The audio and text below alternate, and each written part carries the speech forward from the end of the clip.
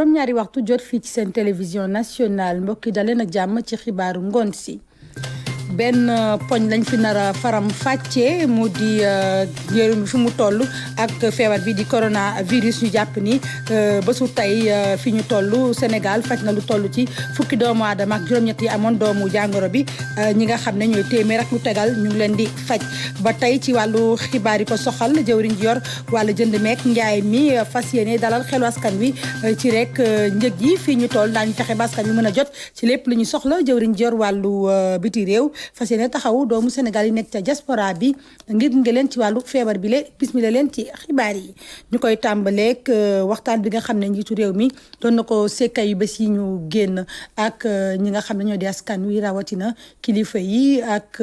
ñëpp ñi nga xam ne ñuy dugal seen loxo ci di jëmale koomu réew mi kanam niki démb jot na dalal ñii di syndicat liggéeykat yi secteur privé bi ak ñi nga xam ne ñoo yëngu ci wàllu caada dañ ci dañuy teelu ñenn ci ñoom ci micro Pape Birame Bigué Ndiaye. fi ñu war a tàmbalee wax ji mooy gërëm président de la république gërëm ko si taxawaayam gërëm ko si li nga xam ne dafa dal Sénégal dal àddina bi yëpp mu taxaw si ànd ak njabootam yëpp leneen kat fii laa bëgg jëm il faut lii ñu jogal ko ensemble man dong mënuma ko il faut mu def ko ak ñëpp mu am si taxawaay bu rafet defe naa ñëpp a ko rafet ñi nga xam ne ñun ñooy secteur privé suñu génnee affaire santé bi mu nekk li si ëpp li muy gën a dal mooy économie mu wooñi nag ne naka la ñuy mën a waxtaanee si loolu naka la ñuy xool yéen ñi nga xam ne ñi bëri si yéen sax lii dal na son kaw mais aussi yéen a war a développer solidarité yéen a war a yokk aussi ndimbal naka lañ koy defee ñi doon waxtaan si loolu mu wax ñi d'abord vraiment que taxawaay secteur privé li mu si gis depuis bi mu amee ba léegi mu koy rafetlu mu xam ne ni ñoo ngi mobiliser ñoo ngi wax ay milliards rek def nañ fi l'autre jour fekk ñoom Mansour ak ñoom Idi taxaw di ñu waxal ñun ñëpp li si génn waxuma loolu rek li si nit ñi di teg fi mu nekk moo ngi bëri si mais diñ koy continuer mu rafetlu si loolu ne kat moom yaakaar bi mu am si ñun ñi jëm a téye liggéey bi jàppale solidarité bi que vraiment ñi continuer def ay propositions parce que effectivement économie bi daf koy dal léegi nag naka la ñuy doxalee naka la ñuy defee yooyu yëpp ñu doon ko waxtaanee mais li ñu mën jàpp daal mooy dafa mel ni am na bégte trop si secteur privé sénégalais bi ni ñu taxawee ni ñu mobiliser wax na ko waxaat ko. am na sax loo xam ne ñoo ngi ko doon xam nga Sénégal moom dañ wax bi dafay bëri parfois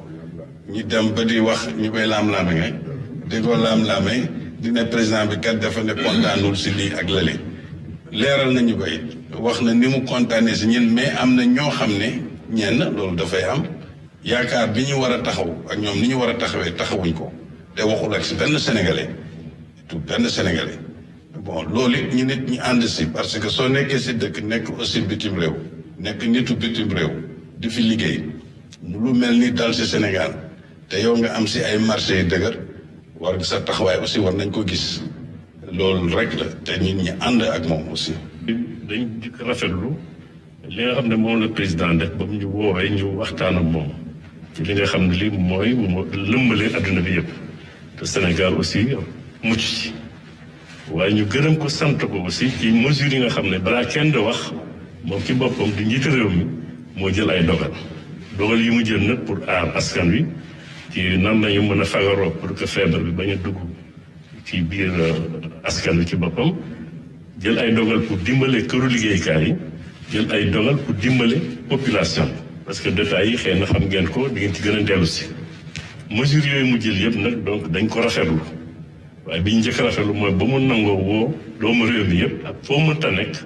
pour waxtaan ak yow ci situation bi taataan ay xalaat ba pare ñaax nit ñi ñu àndandoo loolu aussi dañ koy rafetlu ni nga xam ne bi képp koo xam ne kii woote bi dégg nga ko ñëw nga wuyu si ñu rafetlu ko bu baax parce que Sénégal moo nekk ci kaw ñëpp. di wax ne aussi président bu ñu ñëwee dañ ñëw ne ko mesure yooyu mu jël yëpp pour aar askan bi wala li mu jël ci mesure ànd nañ ci. waaye waxtaanama aussi ci la nga xam ne lii liggéeykat yi amoon nañ ci ay jafe-jafe bu njëkk mooy yu mel ni su amee te puisque feebar bi day law te ni muy wàllee ñëpp xam nañ ko këru liggéeykaay yi dafa nekk concentration liggéeykat donc bu fekkee loolu am na këru liggéeykaay yu bëri dañu naan seen liggéeykat nañ toog seen kër wala dañu wàññi ñuy liggéey te ñooñu di dañ naan toujours bu ngeen toogee seen kër duñu leen fay wala su ngeen toogee dañuy xaaj dañ leen di fay ñu ngi yaakaar ni mbir yi su ñëwee dalandoo suñu kaw ñun ñëpp te liggéeykat yi ñooñu gën néew doole solidarité bi nga xam président génn na ko déjà pour jàppale entreprise yi jàppale population jàppale Sénégal mesures yooyu ñu jël aussi il faut que chef d'entreprise yi ànd ak xel ak dal ba nga xam ne liggéeykat yi fi ñu tollu tende dafa teel pour ñu dañuy dagg seen salaire kon salaire yooyu dañu bëgg ñu fay leen ko weer yi di ñëw après la nga xam ne ni moom lañ leen di jàppale di leen dimbali je pense dañ am solution waxtaan ba xam nan lañ koy compenser waaye nit koo xam ne lii am na dal ci nit ñi kenn xalaatu ko mu yegg si nga ne toog leen seen dañu couper seen salaire loolu daal en tant que yàlla baax na ba ñuy wax président bi fekk na moom xalaat bu presque jiitu na ci ñoom yaakaar ni partenaires sociaux yi ñuy doon gouvernement bi ak employeurs yi daan jël conscience que li ñu am tey bala ñu buñ gaawantu di def ay chômage technique di yóbbu nit mais bu leen yóbbu nañ leen fay seen salaire donc loolu lañ beneen bi mooy liggéeykat yi am jafe-jafe pour dem ak dikk bi loolu aussi bañ ko waxee fekk na moom it nee nañu loolu xalaat na parce que am na ay information jël naa dogal ci li mu wax lu war a toll 300 bus yu Dakar Dem Dikk yoo xam daañu ñëw mën a dimbali liggéeykat ci dem bee dikk bi ak yeneen mbir yoo xam ne peut-être ak yeneen transporteurs yi parce que loolu aussi puisque këru liggéeykat yi am na ñuy dox hôpitaux yi day dox dañuy faj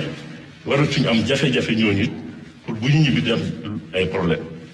waaye li ñuy wax aussi mooy bu fekkee ni loolu am na suñu responsabilité de responsabilité ñëpp pour ñu bañ a wàccee suñu loxo parce que feebar bi mi ngi fi. wax naa la gardien de la constitution wax naa la président de l'espoir ne ko feebar bii mësul am à travers le monde entier waaye it appel bi nga def ak ñi ne wuusi it mësul am à travers le Sénégal ñu naa ko je suis le témoin de l'histoire wante li xew réew mi wan na la ni vous avez des adversaires politiques mais vous n'avez pas des ennemis ndax góor yi xam ne duñu bëgg réew mi comme yow sont des grands Sénégalais waaye lii nu la wuysee mësul ko wuysee benn chef de l'État de 1960 à nos jours wax naa ko indi ko li nga am kenn mësu ko am waxtaan ak réew mi waxtaan ak ñëri réew mi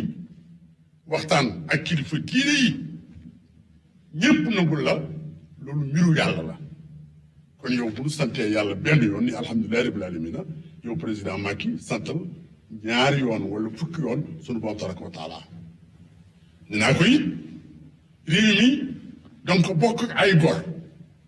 waaye góor bu ne jox ko cëram ndax ba nga commencé woote ba tey waxuma les représentants du peuple waxuma les magistrats waxuma les entreprises waxuma les syndicats waxuma les artistes waxuma les communicateurs traditionnels mais nit ku ne jox ko cëram su ko amul cër président doo joxe sa cër am na yeneen yu ñu wax nag ñu xam ni waxu salon bala waaye moom giñal na ni waatal na ni bëggul kenn nu licencié ko ci li xam ni moo xew ci réew mi ci entreprise wala fa ngay liggéeyee ñu ni ba lëf li awee ci lu nu la dàq ba sa kër dootoo ko mën a amee bu fekkee da ngay fay luyaas dootoo ko mën fay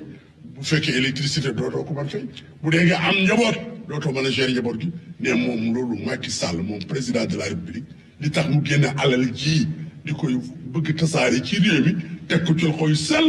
loolu rek la nu gërëm ko sant ko di waaye nag di gërëm suñu directeur général de la RTS fa la nu fekk bu mu laata yow lu mat fanweeri directeur ñëw na fa ak ñeent fukk waaye les instructions du président de la République il a appliqué à la lettre. mu nekkoon ñi nga xam ne ñoo représenté secteur privé bi ak it liggéeykat yi ak ñi di communicateur traditionnel yi njiitu réew mi jota dalal it ñi nga xam ne ñoo yëngu ci wàllu tasum xibaar maanaam syndicat taskatu xibaar yi ak ñi yëngu ci wàllu caada ñu teewlu leen ba tey. yàlla def na kuréel gi ñu bokk muy Y'en a marre am na ay artistes yu bëri am na it ay taskatu xibaar jël nañu artistes yooyu dajale leen ba ñu tëgg ay morceau def ko ci mbirum sensibilisation dinañ ko di ko wéyal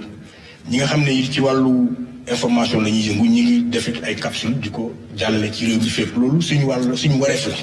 loolu xaaruñu ci woon sax chef d'état mu wooñu parce que suñu devoir la en tant que citoyen sénégalais feebar am bu lëmbee àdduna bi ñu jël ci suñu responsabilité taxaw def ca la ca war waaye it ñu rafetlu mesures yi président jël xamal nañ ko ne mesures yi yombul parce que peut-être génération bi ñu nekk xamuñu lan mooy couvre-feu musuñ ko dund en tout cas ci histoire moo tax du yomb ñu ñaawlu manquement yi amoon ci premier jour bi mooy jóge ci force de l'ordre waaye it ñaawlu li tax yenn citoyens yi doon ñaawal yenn force de l'ordre yi ba mu jur ay gilaawaale ñu wax ne ñaari boor yëpp kontaan nañ ca nañ ko doxalee mu wax ne jël nañ ci ay mesures ñu xamal ko ne ko ni boo gisee yu bëri am transport bi moo nekkoon jafe-jafe yi mu wax ñu ne dinañ faj mbirum transport bi ak Dakar Dem Dikk ñu wax ko it ne fonds bi ngay jël pour tasaare ko ci askan bi baax na am na solo. déjà ñu ngi jaajëfal président de la république ci woo bi nga xamante ne woo nañu ko fii parce que yaakaar na ni am na li nga xamante ne secteur des cultures urbaines mën na ko indi ci xeex bi secteur des cultures urbaines nag ñëpp xame nañ ko taxawaayam ci réew mi bu amee jafe-jafe Matador mu ngi rappelé sànq président ñoom bi ñuy tàmbalee rap dafa tombeek sida mais boobu sans dara ku ci nekk si ñoom da nga doon bind woy spécialement jëmale ko ci sensibiliser askan bi ci wàllu sida taxawaay boobu aussi moom la ñu taxaw en tant que artiste parce que boo jëlee ku nekk si ñun ku ci nekk bind nga woy parce que loolu moom mooy moyen bi nga xamante ne moo nekk à notre disposition biñ ko bindee woy def ko vidéo tasaare ko nekk ci réseaux sociaux yi di partager information yi pour nit ñi mën a fagaru parce que fagaru moo gën a faju dugg nañu également ak président ci li nga xamante ne moom mooy jafe-jafe secteur bi parce que secteur bi xam nañ ne également ay photographe a ngi ci ay beatmaker ñu ngi ci ay fecckat ñu ngi ci te bu ñu liggéeyul également dina am ay jafe-jafe yu bëri moom am na taxawaay bu mu ci am parce que fekk na également secteur bi organisé wu ba pare muy à travers le fonds de développement des cultures urbaines bi nga xamante ne mu ngi nekk ci direction des arts ministère de la culture moo koy toppatoo moom dina am lu mu ci yokk pour gën ko dooleel pour secteur bi du secteur bi du sonn pour nga xam ne du yëg dara ci yooyu jafe-jafe mesures yi nga xamante ne jël na ko nag pour askan wi pour dimbale leen waxtaan nañ ci gis nañ ni que vraiment am na pas-pas bi am na Pastef bi. bu fekkee ni njiitu réew mi dafay dajaloo ak di waxtaan ak ñi ngànk réew mi bu ci boolee ñi nga xamante ni mooy ñiy liggéey ci wuyum taskatu xibaar dañuy jàpp ni honneur la donc loolu ñuy njëkkee évidemment comme ni ko gars yi waxee fii ñu toll nii ci wàllum xeex mbas mi defe naa ñi nga xam ne ñoo nekk ci médias yi bokk nañ si top 3 maanaam ñetti kuréel yi nga xamante ni ñoo ciy gën a fës weesoo ñiy faj weesu ñi nga xamante ñooy woy takk der yi ñi assurer sécurité bi defe naa ñi ci gën a sóobu te ñëpp di leen déglu di leen taaxirlu mooy nit ñi nga xamante ni ñoom ñooy joxe xibaar yi ndax defe naa fi ñu toll ci réew mi amul nit defe naa sax mën naa wax sax ni laataa ngay xalaat ndax dinaa jënd mburu boo xëyee di nga déglu rajo pour xool li xew d'abord ci mbirum coronavirus bi ndax foofu lañ toll ci jamono ji donc dañ koy rafetlu évidemment comme ni ko président Sedef si waxee président reconnaître na ni mission bi ñuy def ñun jamono ji dafa gën a ëpp dayoo mais également reconnaître na nangul nañu effort yi nga xam ne yëpp ñu ngi koy def pour bañ fake news yi di bëri pour bañ xalaatu askan wi di jaxasoo pour di leen wax effectivement mbir mi fan la toll mais surtout reconnaître na ni mission bi dafa war a continuer donc ci wàllu woowu am na ay mesures yu mu annoncé sëñ Kane wax na ko léegi am na ay jàppandil yoo xamante ni dina am ci wàllum koppar jëm ci média yi dina doubler aide à la presse bi ren ñu yaakaar ni tamit ren mooy dernière année bu aide à la presse di am et que dinañ évidemment également wax na jëmale ci les décrets d'application yi war a jëm ci loi de la presse bi ndax waxtaan nañ bu baax ci li jëm ci fonds d'appui bi am na ay mesures yoo xam ne xëy na dinañ ko jël ci seen wàll. bu weesoo loolu président nee na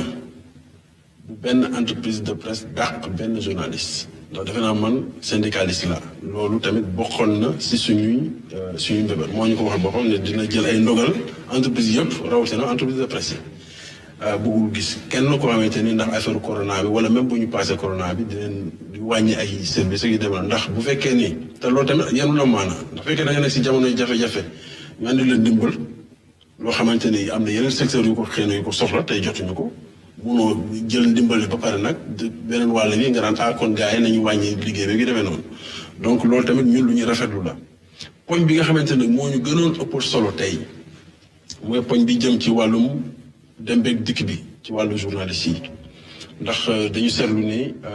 arrêté bi nga xamante ni ministre de l'intérieur jël na ko journaliste yi bokkuñu si foofu it ñu bëgg a xamal nit ñi ne tooguñu boobu ba léegi man ak sama naataango yi dem nañ gis ministre bi ñu koy remercier d'ailleurs en passage parce que premier jour couvre-feu bi moom moo joxe jël décision pour may journalistes yi ñu mën a circuler ak seen carte de presse système boobu jàppoon nañ ni dana continuer ba dimanche bi waxtaan ak président mu waxtaan ak moom li ñu mujjee jàpp daal mooy système boobu dina dem ba ci semaine bële di ñëw tamit mais en attendant am na beneen système boo xamante ni mooy permettre journalistes yi nekk Ndakaaru ak yi nekkul Ndakaaru yépp ñu mën a am benn këyit boo xamante ne moo leen di may ñu mën di circuler këyit woowee daf ci am benn lim bu ñu joxoon bu toll ci juróom-ñeent téeméer ak ñeent fukk ak juróom-benn président joxe na ndigal ci Ndakaaru rek ci département Dakar joxe na ndigal waxtaan na ci kilifa yi ba defe naa dinañ jëm ci 1500 mooy junni ak juróomi téeméer donc loolu yëpp ay mesures la yoo xamante ni mën nañ ko rafetlu mais surtout li ci gën a ëpp solo mooy ñu xam ni dañu nekk ci situation bu jafe et que situation boobu du bàyyi kenn et que woy taskatu xibaar yi tamit gën a def seen liggéey gën a xam ni jamono ji la leen réew mi gën a soxla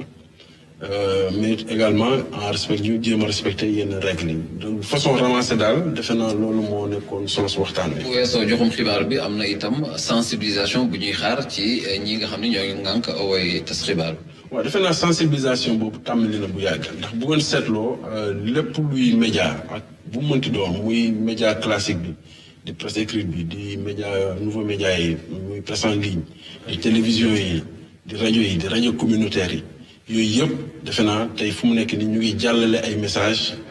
jëmale ko ci askan yi am na sax ñi si ñoo xamante ni tey fi ñu toll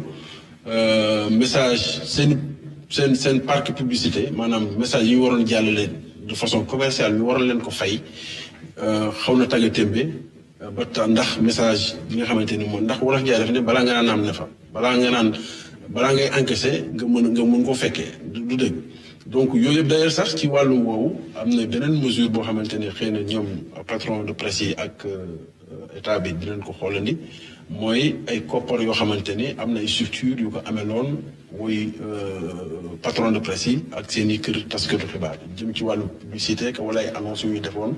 yoo xamante ne xëy na fi ñu toll nii ak jafe-jafe bi ñu dab du ñu ko mën a fay donc là aussi am na lu ci président d'accord ak ñoom defe naa ni du yàgg dara mu féetu ñu ginnaaw.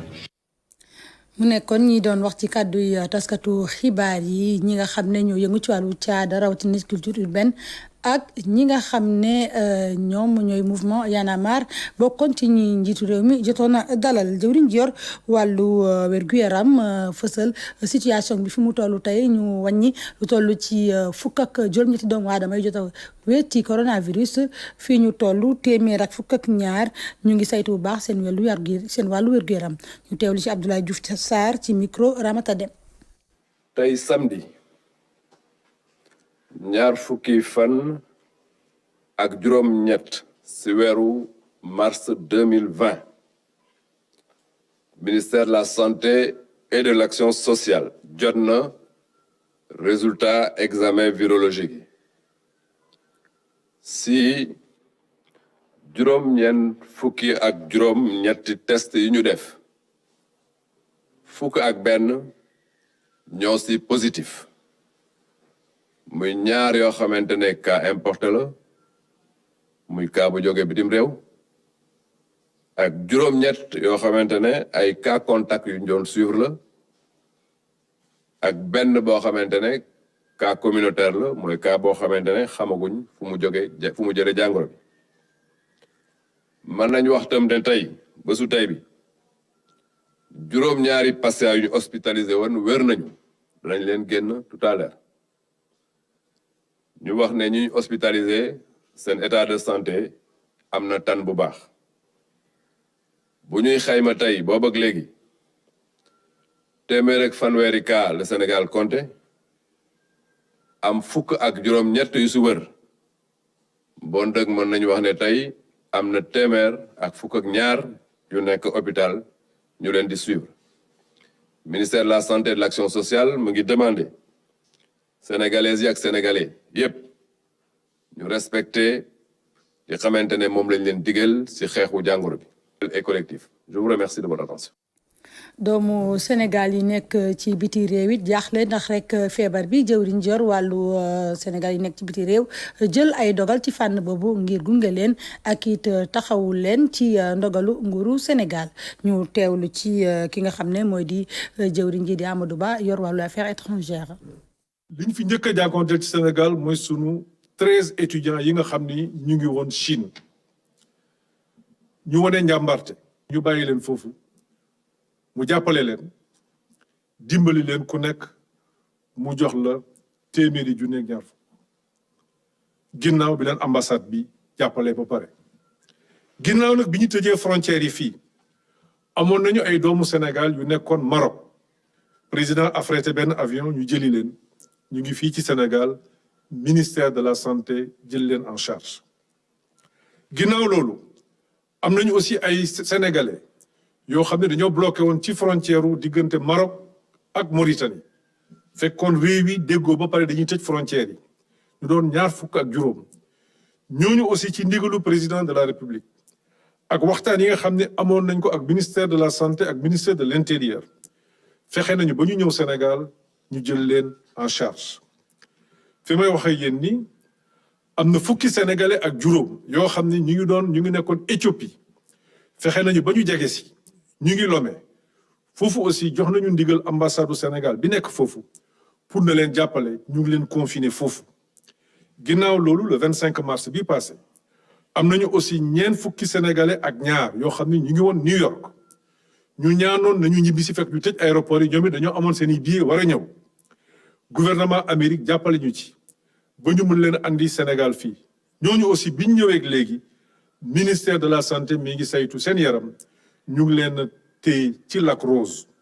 loolu yëpp dafay wane ni bàyyi nañu xel ci ndigalu président si Sénégal yi nekk bitim réew ci biir loolu nag ak fi xew-xew bi toll moo taxoon président Macky Sall bi mu nattee situation bi mu jël décision dinañu créer benn fonds boo xam ne dina ci def 1,000 milliards ci alal jooju nag président fàttewu ci doomu sénégalais yi nekk bitim réew ndax lu jëm ci wàllu diaspora dafa doon loo xam ni moom moo ko bëggal boppam di ko toppatool boppam. mu nekkoon jëwriñ yor wàllu affaires étrangères doomu Chine bi di Jack Ma di milliardaire créé li nga xam ne moo di Ali Baba fas yéene taxawu réewu Afrique yi ngir ñu xeex Covid 19 bi ba tax na jagleel na leen ab jumtuwaayu faj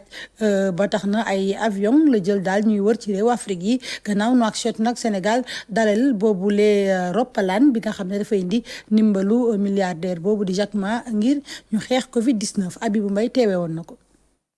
jawwi Sénégal ubbi nañ ko ngir ndimbal di humanitaire ci jamono yi nga xamante ni bi Covid 19 tax na ñu tëj aéroport yëpp milliardaire bii di Jack Ma fekk baax ci réewum Chine moo jël ab avion def ci ndimbal loo xamante ni dafa jëm ci wàllu col docteur ngir jàppale ko réewi Afrique yi looloo waral Sénégal jot wàllam. Delighted to serve this humanitarian flight for almost West Africa. ñun dañ ñoo sant ngir ñu séddale ndimbal li nga xamante ni bii mi ngi jóge ci Jack Ma mi nga xamante ni moo taxawal Ali Baba suñu compagnie bi nag mi ngi am mbégte lool ci bokk ci ñi nga xamante ni ñooy séddale ndimbal lii jëm ci réewi Afrique yi mu am matériel boo xamante ni bii daa jëm ci wàllu kër docteur ngir jàppale réewi Afrique soowu jant yi ñu mucc ci feebar bii di Covid-19 ñu fas yéene ñun def liggéey boobu ba réewi Afrique yëpp ku ci nekk jot sa wàll. About 100,000 kg. ndimbal lii Ali Baba indi ci Sénégal firnde ji mooy président Macky Sall bi mu demee ca Chine daa dem visiter li nga xamante ni moo di caverne bu Jack Ma mi nga xamante ni li muy liggéey ci wàllu koom bari na àgg na ci 50 milliards ci ay dollars yoo xamante ni bii dina ko am ci bénéfice at mu nekk. waaye tamit lu tolloog 1.6 million ci ay doomi Chine ñu ngi liggéey ci moom ci entreprise am. loolu lépp nag di firndeel ni Jack Ma moom mi nga xamante ni moom Ali Baba cargo bii mu yónnee ngir ñu jàppale réewi Afrique yi tax nañu ubbi frontières yi jaww ji te Sénégal kenn jëmul ñu des ci jamono yi nga xamante ni ñu ngi xeex coronavirus. tey la ñuy soog a jot premier vol boo xam ne ay don humanitaire yoo xam ne c'est dédié pour l'État du Sénégal donc vol bi don bi Chine la jógee. donc ñëw na tey recevoir nañ ko ñu ngi wax ni aéroport bi bien que c'est fermé mais am na ay vol yoo xam ne vol humanitaire wala ay vol de rapatriement. ñu ngi ñaan feebar bi nekk fii ci dëkk bi mu gaaw a saafaraw trafic bi gën a mën a ñëwaat exploitation bi ñëwaat trafic yi yokk aéroport bi tijji ñëpp delluwaat ci seen liggéey. avion bi nag bu jugee fii ci Sénégal mu ngi jëm ci Gambie. yaakaar mën naa dal ci gis avion cargo bu jugee Chine. ñëw ngir jàppale Sénégal ci xeex bi muy xeex coronavirus. ba tey ci wàllu xeex bi ñuy xeex coronavirus jëwriñ ji yor wàllu jënd meeg njaay mi dalal xelu askan wi gannaaw ba jàngoro ji dafa am ay jeexital ci wàllu koom muy xamal askan wi ni que dana def kéem kàttanam ngir lépp lu ñu soxla ci wàllu dund ñu mën cee jot ci njëg gu jaar ci yoon dañ ciy teewlu Aminata Assom Diatta. sama département jot naa jël benn arrêté. pour fixer prix gel yi ndax gisoon nañ ni ci marché bi prix yi ñu ngi doon jéggi dayoo bu ñu fixer prix bi tamit ñu ngi nekk samay service ñu ngi ci terrain bi bu ñu defee seeni contrôle gis nañ ni li ci ëpp respecté nañu prix bi li ñu jot a seetlu moom mooy am na ñoo xamante ne dañu doon profité ci situation bi dugal ci marché bi gel boo xamante ne nekkul gel boo mën na protéger population bi ñu retiré ko te ñooñu yoon teg ci ñoom loxo. donc di wax ni ñu ngi liggéey tamit ci approvisionnement bi ba xool lan approvisionnement bi fan la toll di dalal vraiment population bi ci loolu. di wax ni am na tamit ay opération yu ñu fi jot a def pour fexe ba mburu mi ñu jaay ko ci anam yu sell ndax ak dañuy bañ mu nekk loo xamante ne mën nañ fa jaar pour mu am propagation virus bi. fépp fu ñu jaar muy grande surface yi wala boulangerie wala commerce traditionnel. gis nañ fa tamit ni ñu ngi jël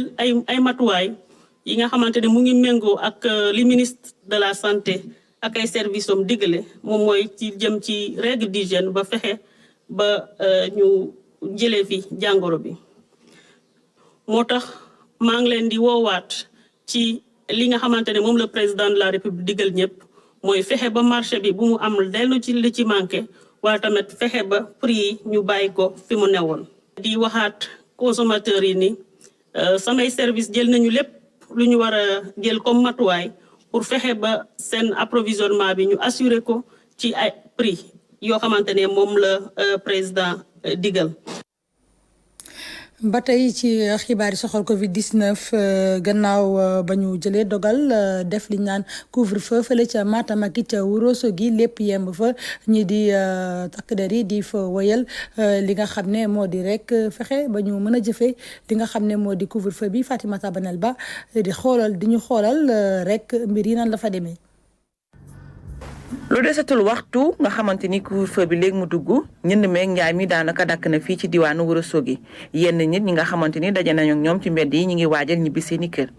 21h ba couvre-feu bi duggee daanaka kenn doxatul fii ci diwaanu Matam moom tekkaaral bu mat sëkk lañ fi seetlu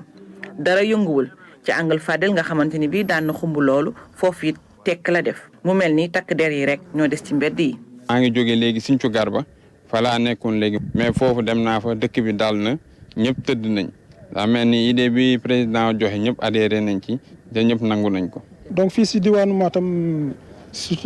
couvre-feu bi ñi respecté nañ ko nekku na fi di dàqanteeg alkaati yeeg gendarme yi donc ñoom dès 19h rek ñoo ngi tàmbali dox seeni soxla ba nga xam te ni 20h du leen fekk si biti donc on a depuis biñ ko tàmbaleeg léegi amuñu si ay jafe-jafe. askan wi dëkk fii ci diwaanu Matam ak itam Ourossogui moo mel ni ñoom ñëpp ñu ngi wéyee li nga xamante ni mooy couvre-feu te ñu ngi koy topp muy loo xamante ni bii nag force de défense et de sécurité yi ñoom rafet lañ ko noonu ndax ñoom dañoo boole seen doole ngir xeex lii nga xamante ni bii mooy coronavirus. ñu ngi sentir ne police gendarmerie armée ñëpp vraiment ñu ngi joxante loxo pour vraiment appliquer couvre-feu bi fii ci région bi te bi ñu commencé ak léegi aussi ñu ngi sentir ne population yi vraiment liñ leen sant ñu ngi ci muy wane ne vraiment région bi yëpp ànd nañ ci li autorités yi dogal. du ma def dara nag lu dul woo sama mbokk yi ma wax leen ni mesures yi buñ ko jëlee dañoo bëgg a arrêter transmission wu feebar bi nga xam ni dafa gaaw a wàlle kon dañuy ñaan ku nekk mu dox juste li mu soxla rek mu delluwaat këram te limiter déplacement yi nga xam ni li ñuy wax li tubaab di wax impérieuse nécessité rek na la yëkkati. ci loolu sax am na ay matuwaay yu am solo yoo xam ne jël nañ ko fii ngir mën a teg loxo ñëpp koo xamante ni bii transporteur en commun la te yaa ngi wër ngir dugg ci biir région bi. dinañu def ay check point ci zone yi nga xam ni mooy zone de contournement yi ñi nga xam ni dañuy wëri nga xam ni duñu jaar ci poste de contrôle yi dinañ fexe ba zone de contournement yooyu ñu fatt ko boole ko check point yi ñuy teg ci tali bi. état d'urgence ba ko njiitu réew mi décrété ci 24 ci weeru mars ba léegi daanaka fii ci diwaanu Matam ñëpp ñu ngi koy wéyee mu mel ni kon jaadu na askan wi xam ni bu ñu respecté ndigal yile lii nga xamante ni mooy wàllaate bi nga xamante ni mi ngi am ci Covid 19 dinañ ko mën a dakkal. lu ni mel moo xew ca Kaolack foofee it askan wi juróom-ñetti waxtu fu mu jotee rek ñu daal dee fatu ñi nga xam ne ñoo di takk der yi it fexe di xool ba xam ndax digle ñu joxe ñoom ñu ngi koy topp Claire Diop ànd nag ñoom diggante juróom-ñetti waxtu ba 6 heures du matin ngir xool ba xam ndax lépp yemb na foofu ca Kaolack ñu teewlu ko.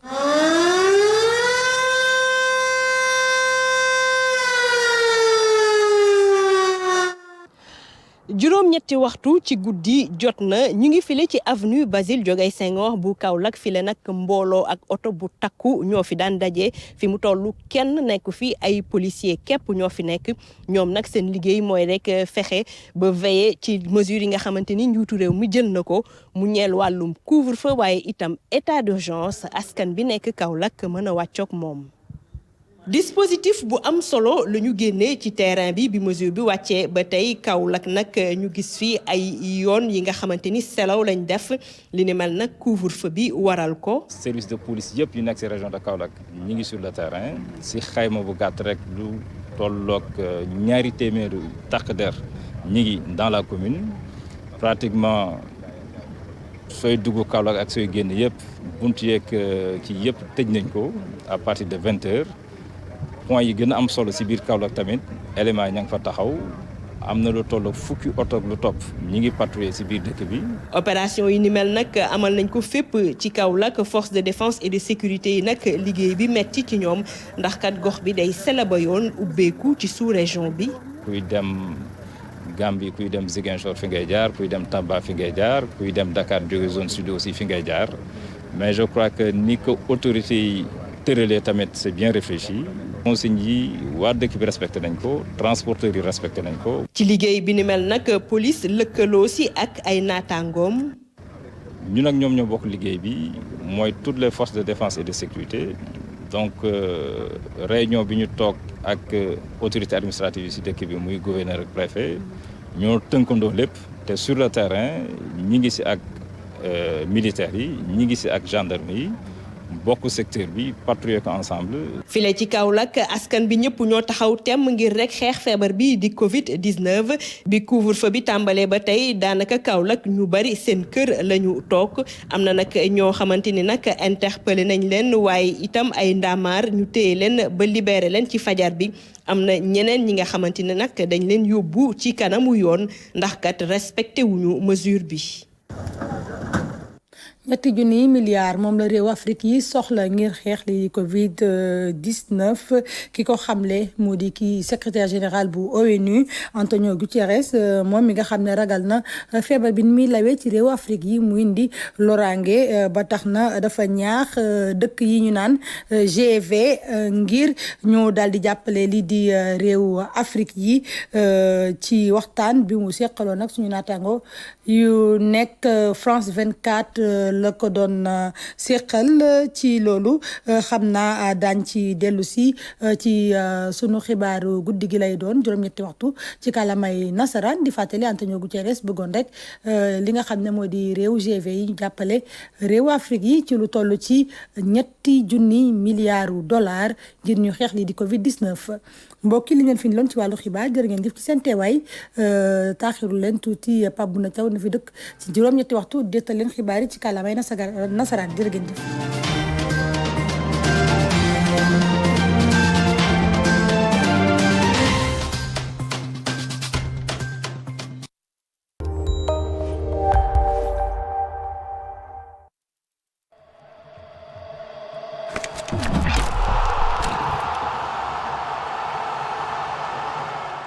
mbokk yi coronavirus feebar bu metti la dafay faat ay bakkan